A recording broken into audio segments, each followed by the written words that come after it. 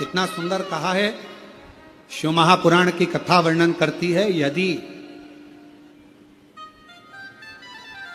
किसी भी अष्टमी तिथि को 12 महीने में शुक्ल पक्ष कृष्ण पक्ष की अष्टमी तिथि पड़ती है, यदि किसी भी अष्टमी तिथि को अगर किसी ने नियम बनाया 5 अष्टमी का, 8 अष्टमी का, 7 अष्टमी का, एक कनेर का पुष्प शिवजी के शिवलिंग को समर्पित करना, अशोक सुंदरी के स्पर्श करना, और जो जलाधारी होती है, जैसे ये शिवलिंग है, ये जलाधारी है, तो पहले शिवलिंग पर स्पर्श, फिर अशोक सुंदरी का स्पर्श, फिर जलाधारी पर कनेर का पुष्प शिव जी की ओर मुख कर कर, अर्थात जैसे मानो ये कनेर का पुष्प है, तो ऐसा शिवलिंग का स्पर्श करते हुए जलाधारी पर जो समर्पित करता है, भगवान शंकर उसके मन की कामना को पूर्ण जरूर करते हैं। एक कनेर का पुष्प मां श्रृंगार कर रही है, कनेर के पुष्प से माता सती श्रृंगार कर रही है। पहले जटा का श्रृंगार किया, बड़ा कहते हैं शनि चढ़ गया, 7.5 लग गई, ढैया लग गई, राहु लग गया, केतु लग गया, बृहस्पति लग गया, मंगल लग गया। शिव महापुराण की कथा कहती है, कोई भी ग्रह लग जाए, घर में से 1 लोटा जल भरो, शिव जी पर जल चढ़ाना प्रारंभ करो, सारे ग्रह अनुकूल हो जाएंगे। तुम्हारा कोई भी ग्रह प्रतिकूल नहीं हो सकता, कोई ग्रह तुम्हें तकलीफ नहीं दे सकता, सब तुम्हारे अनुकूल हो। चलने लगा, सांस चलने लगी, कभी डॉक्टर को दिखाया तो थायराइड हो गया, कभी मालूम पड़ा कि मेरा कोई ब्लड कम हो गया, कोई प्लेटलेट कम हो गई, कोई कुछ हो गया, कोई कुछ हो गया। डॉक्टर को दिखाओ। हमने कल भी कथा में कहा था, परसों भी कहा था कि डॉक्टर शिव का एक रूप होता है, उसको दिखाओ। डॉक्टर जो दवाई दे कुंदकेश्वर महादेव के नाम से, उसको खाओ। पर कभी अगर मौका लग जाए, तुमको ऐसा लगे कि ये शरीर का रोग तो समाप्त तो हो ही नहीं रहा, एक ना एक रोग चल ही रहा, ये रोग समाप्त होने का नाम ही नहीं ले रहा, समाप्त ही नहीं हो रहा।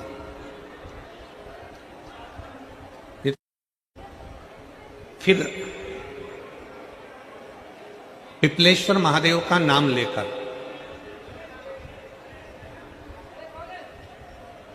पिपलेश्वर महादेव का नाम लेकर कुछ भी मीठा जो में बना सकते हो, हलवा बना सकते, लड्डू बना सकते हो तो लड्डू, जो तुम घर में मीठा बना सकते हो, उसका केवल 7 ग्रास का अन्न। कितने ग्रास? जम के बोलो जरा। 7 ग्रास। 7 ग्रास मतलब 7 कोर, 7 ग्रास का अन्न एक पात्र में ले लो, और पिपलेश्वर महादेव का नाम लेकर किसी भी शिवालय में, शंकर के मंदिर में जाकर एक बेलपत्र रखकर, उस जो प्रसाद तुम बना कर ले गए हो, जो तुम भोग बना कर ले गए हो, उसका स्पर्श कर कर, पिपलेश्वर महादेव का नाम लेकर, शंकर को उस भोग को रखकर, बेलपत्र रखकर, शिवजी को 7 बार एक ही लोटे का जल, केवल 1 लोटे का जल 7 बार उत्तर की ओर मुख कर कर, दक्षिण में खड़े होकर शंकर के शिवालय पर 7 बार एक ही लोटे का जल 7 बार थोड़ा थोड़ा कर कर उसको गिरा दीजिए, शिव जी के ऊपर चढ़ा दीजिए 7 बार। बाद में जो प्रसाद पर आपने बेलपत्र रखी है, उसी बेलपत्री को उठाकर शंकर के शिवलिंग पर चढ़ा दीजिए।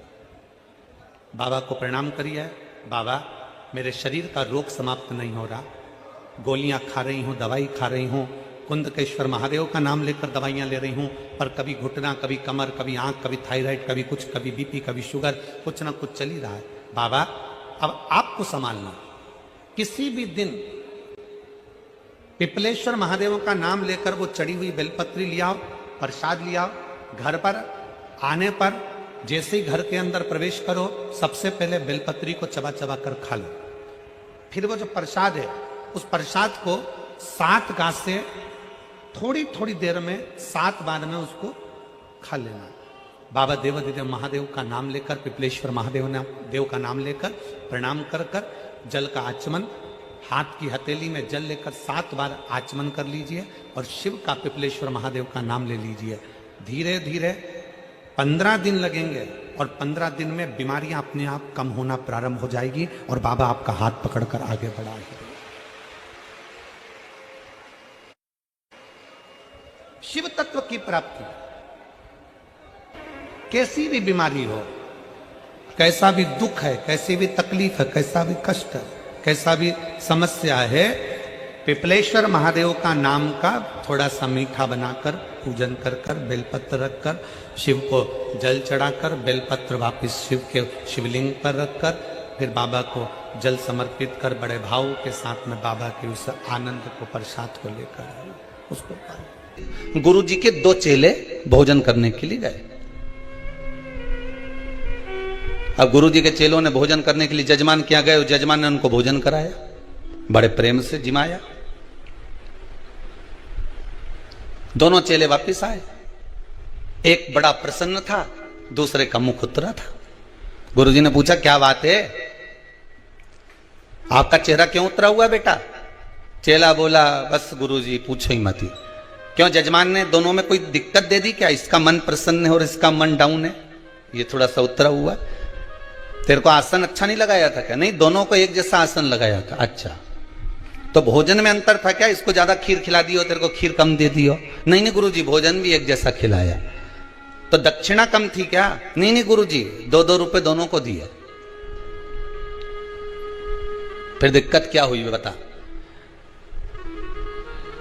तो चेला बोला कि गुरुजी मेरा मुंह इसलिए उतरा है, मैं तो सेठ जी के यहां भोजन करने गया था तो मुझे लगा था कि सेठ जी 10 रुपया देंगे, पर उनने तो जम के तो बोलो 2 रुपए ही दिए। अच्छा,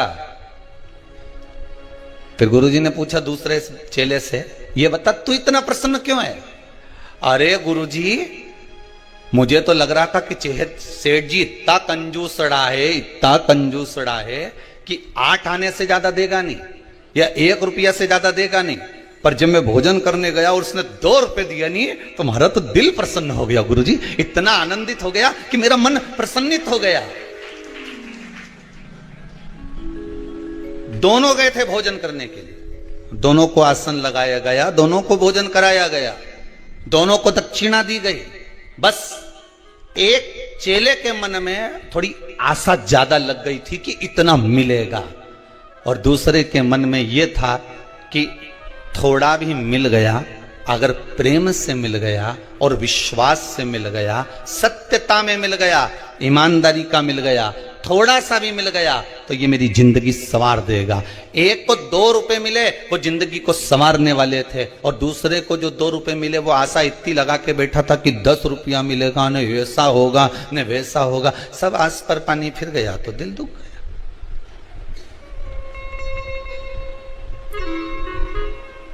शास्त्र कितनी सुंदर बात कहता है, आशा एक राम जी से दूजी आशा छोड़ दे, नाता एक भोले जी से दूजा नाता तोड़ दे, साधु संगे राम रंगे अंग अंग रंगी है, जाई विधि राखे भोले ताई विधि रही है। तुम्हारे मन चित्त वृत्ति जिस भाव में भगवान रखे उस भाव में रहने का प्रयास करिए, जहां भगवान जिस भाव से रखने का प्रयास करे आपको उस भाव से रहिए महाराज, पर अपने जीवन को सत्यमय बनाओ, क्योंकि शंकर को सबसे ज्यादा इस महा बेलपत्र से भी ज्यादा प्रिय मेरे शिव को अगर कुछ है तो क्या प्रिय है?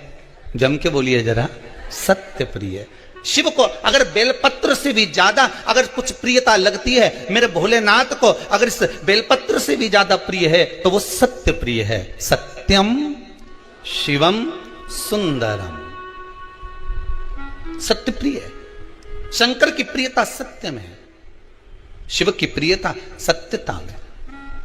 और जब हम सत्य की ओर अग्रण्य होते हैं महाराज, जीवन सार्थक हो जाता है। शिव महापुराण एक बहुत सुंदर बात कहती है। और शिव जी को जल चढ़ाने के लिए जब हम शिव जी के मंदिर में पहुंचकर शंभु जल समर्पित करते हैं, भगवान शंकर को जब हम जल चढ़ाते हैं, यदि पूर्ण ध्यान को केंद्रित कर कर हम शिव को जब जल अर्पित करते हैं तो हमारी तब साधना, आराधना, व्रत अपने आप पूर्ण हो जाते हैं, और शिव उस व्रत का, उस साधना का, तप का फल हमको प्रदान करता है। शिव उस फल को देना। बोल बम का नारा है, जम के बोलो जरा, बोल बम का नारा है, सारी समस्या का हल, श्री शिवाय नमस्कार। शनि महाराज ने नियम बना लिया शिव जी की आराधना करने का, साधना करने का, पूजन करने का, और इतनी तप साधना में शनि महाराज जी डूब गए कि भगवान ने उन पर कृपा करना प्रारंभ कर दी। जिसने शिव की दिशा को स्वीकार कर लिया, जिसने भगवान शंकर की दिशा को स्वीकार कर लिया, जो शिव की दिशा की ओर अग्रण्य हो गया, मेरे भोले बाबा ने एक ना एक दिन उसकी दशा को बदल दिया, दशा को बदल।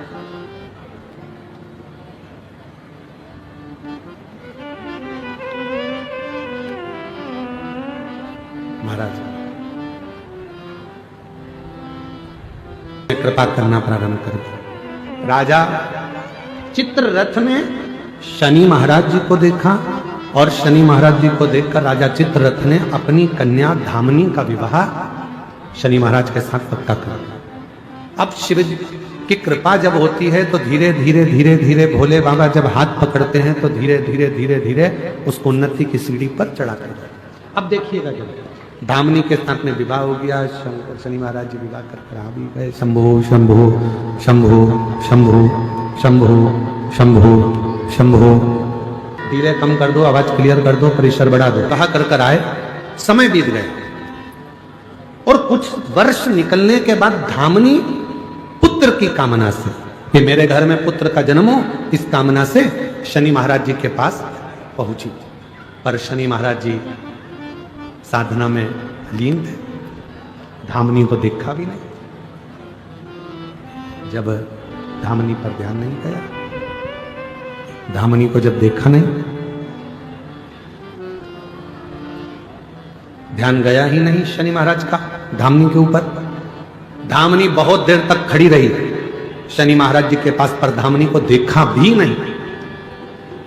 क्रोध आ गया धामनी को।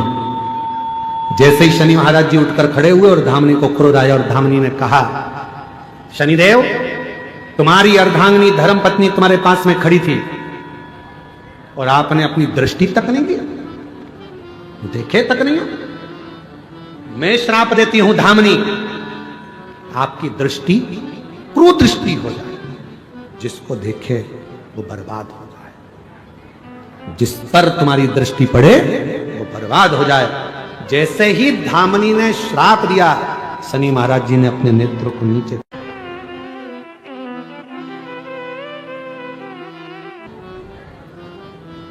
और जैसी दृष्टि नीचे हुई,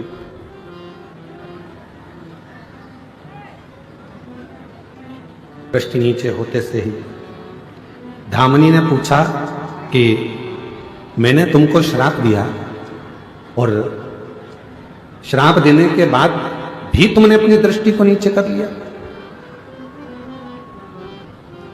श्राप देने के बाद भी तुमने अपनी दृष्टि को नीचे कर लिया। शनि महाराज ने कितनी सुंदर बात कही, जरा ध्यान दीजिएगा महाराज।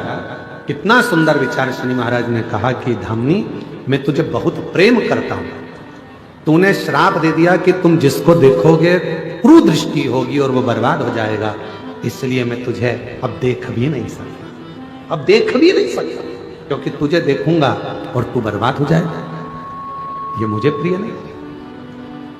अब मैं तुझे देख नहीं सकता, अब मैं तुझे देखूंगा।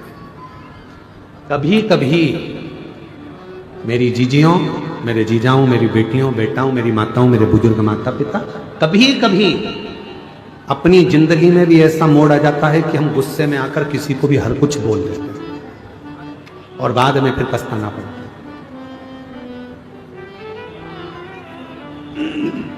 कुछ भी, कई माताएं तो अपने आप को कोसती रहती हैं। शनि महाराज उसी पल उसी घड़ी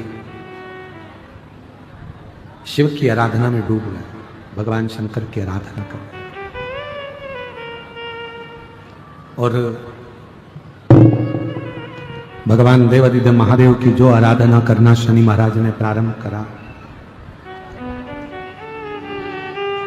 भले दुनिया कितनी भी ठोकर लगा दे, दुनिया कितना भी ठोकर मार दे, दुनिया चाहे तुमको कुछ भी कह ले, यदि शिव साथ है तो फिर डरना नहीं है, फिर नहीं डरना।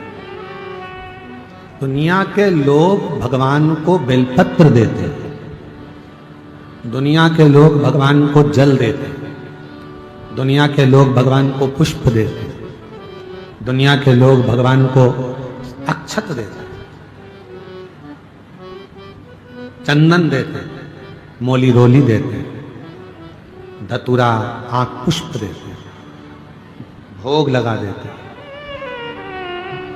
पर शिव जी को तुम्हारे ना धतूरे की जरूरत है, शिव जी को ना तुम्हारे वस्त्र की जरूरत है, शिव जी को ना तुम्हारे की जरूरत है, शिव जी को ना तुम्हारे बेलपत्र की जरूरत है। शिव जी को अगर जरूरत है तो तुम्हारे केवल विश्वास और तुम्हारे मन की जरूरत है। शिव को तुम्हारा हृदय दीजिए, मन दीजिए, दिल लगाओ शिव की अविरल भक्ति से। मन भगवान शिव की अविरल भक्ति से दिल लगाओ, शिव की साधना, शंकर की आराधना करें। कहते हैं पूरे पृथ्वी पर जितनी जितनी पवित्र नदियां हैं, सारी पवित्र नदियों का जल भरकर शनि महाराज लाते थे और शिव को अर्पित करते थे। जितनी पवित्र नदी,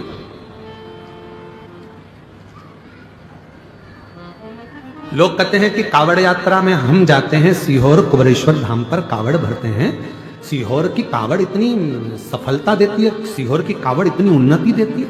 कारण केवल कावड़ तुम नहीं भरते, भगवान परशुराम जी ने कावड़ भरी, लंकापति रावण ने कावड़ भरी, शनि महाराज जी ने कावड़ भरी, स्वयं बुद्ध ने कावड़ भरी, कावड़ स्वयं बृहस्पति कावड़ भरते हैं। ऐसा कोई ग्रह नहीं जिसने कावड़ न भरी, चाहे मंगल देव हो, बुद्ध देव हो, चाहे जो बृहस्पति देव, सभी, केवल तुम नहीं, सभी। शनि महाराज पवित्र पवित्र नदियों के तट पर जाते हैं, जल लाते हैं, चढ़ाते हैं, शिव प्रसन्न होता है, भगवान ओगढ़दानी बड़े प्रसन्न होते हैं। अब देखिएगा जरा कितनी सुंदर बात, शंकर भगवान शनि महाराज के सामने जाकर खड़े हो गए और शनि महाराज से कह रहे हैं कि आपसे मैं प्रसन्न हूं, वर मांग लो। शनि महाराज से कहा, शनिदेव क्या बात है, हम तुम्हारे सामने खड़े हैं और तुम हमको देख भी नहीं रहे, आप दर्शन भी नहीं कर रहे, फिर आपने मुझे जल क्यों चढ़ाया जब आप दर्शन ही ना करो तो?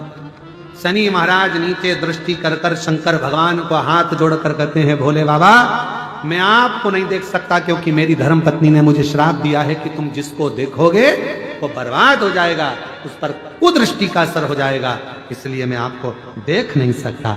शंकर भगवान कहने लगे, शनि महाराज चिंता मत करो, आप मुझे देखो, केवल आपने मुझे देख ही लिया तो तुम्हारी कुदृष्टि भी सुदृष्टि हो जाएगी, क्यों चिंता कर, आप मुझे देखो।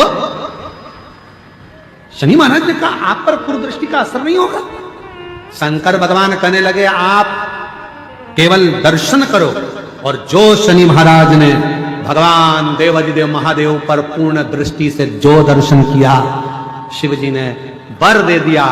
शनिदेव मैं तुम्हें वर प्रदान करता हूं, अभी तक लोग तुमको गिनते नहीं, बुलाते नहीं, जानते नहीं, अपशब्द कहते थे, तुम्हारा जगह जगह लोगों ने भले अपमान किया हो, धर्म पत्नी ने भी अपमान किया हो, पर मैं वर देता हूं, सारे देवताओं में ग्रहों के न्याय देवता बनकर तुम स्थापित होगे और न्याय देव के रूप में पूजे जाओ, ग्रहों का न्याय तुम करोगे,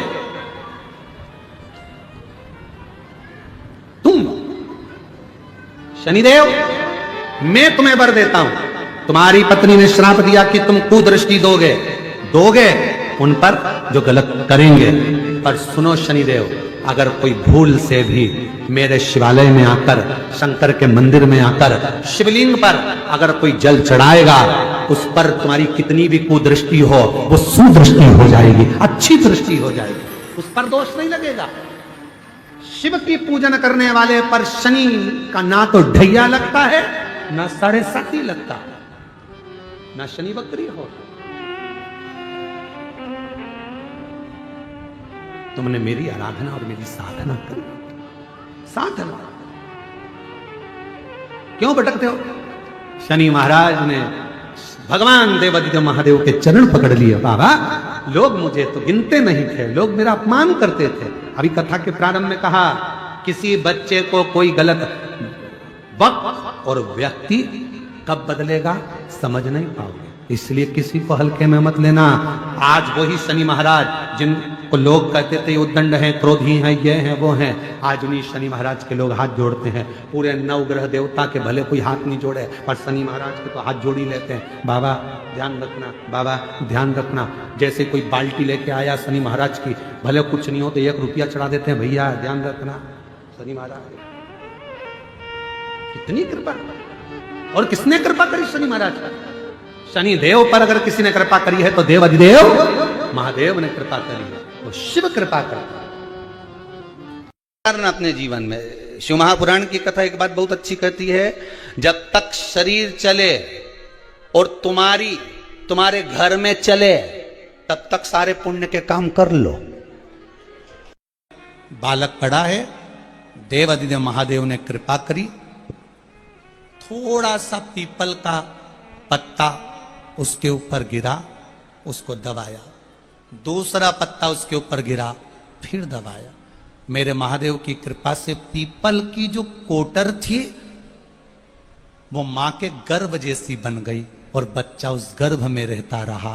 धीरे धीरे धीरे धीरे धीरे धीरे वो बच्चा जब 9 महीने का पूर्ण हो गया, उसका फिर धीरे धीरे उन्नति की ओर बढ़ना प्रारंभ करा।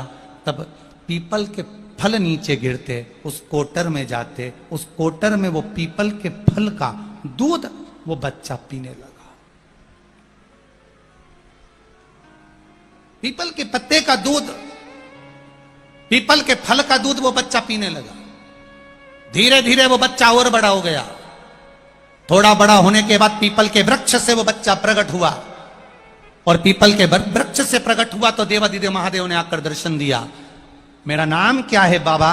शंकर भगवान ने कहा, तुम पीपल के वृक्ष के अंदर रहकर बड़े हुए हो, पले हो, तुम्हारा जन्म पीपल के वृक्ष से हुआ है, इसलिए तुम्हारा नाम पिपलाद होगा। क्या नाम होगा? पिपलाद। तुम्हारा नाम पिपलाद होगा। मेरा इस संसार सागर में जन्म क्यों हुआ है? किस लिए पैदा हुए?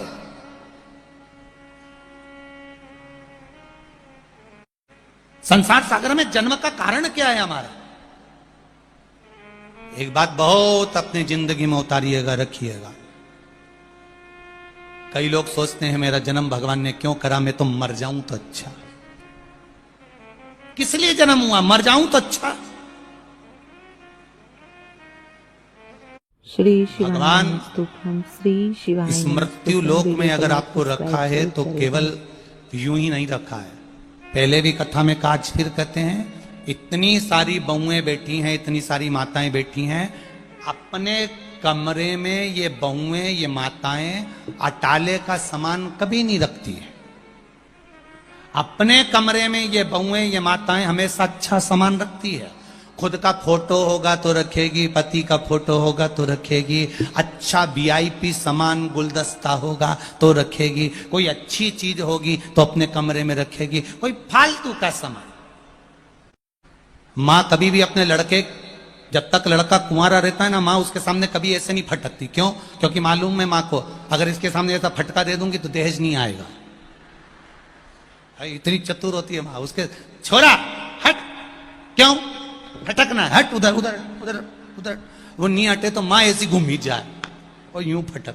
उसमें 2 कोने होते हैं। शिव महापुराण की कथा कहती है, जीवन में बनो तो सुपड़े जैसे बनो, अच्छाई को अपने पास रखो और बुराई को छोड़ते चलो।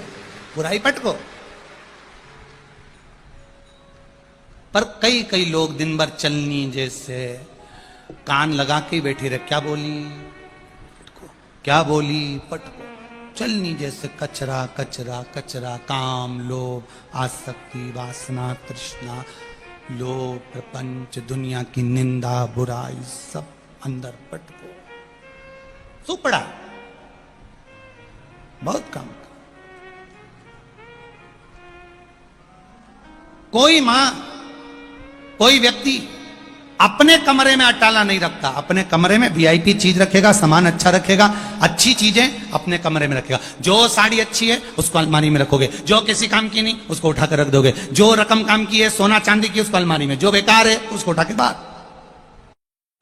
मौत से बचने के लिए गार्ड रख लोगे, मौत से बचने के लिए गनमैन रख लोगे, मौत से बचने के लिए बंदूक वाले रख लोगे, मौत से बचने के लिए पूरी फोर्स लगा सकते हो, पर शिव कह रहे हैं पिपलाद को कि मौत तो वो सत्य है, चाहे तुम बंदूक वाला रख लो, चाहे गनमैन रख लो, चाहे पूरी फोर्स लगा लो। शिव जी पिपलाद से कहते हैं मृत्यु वो सत्य है, जो कितने भी गनमैन लगा लो, जब आना होती है तो गनमैन खड़े की खड़े रह जाते हैं और मौत आकर चली जाती है। लगा आएगा जब बुलावा तो जाना पड़ेगा, काया कुटी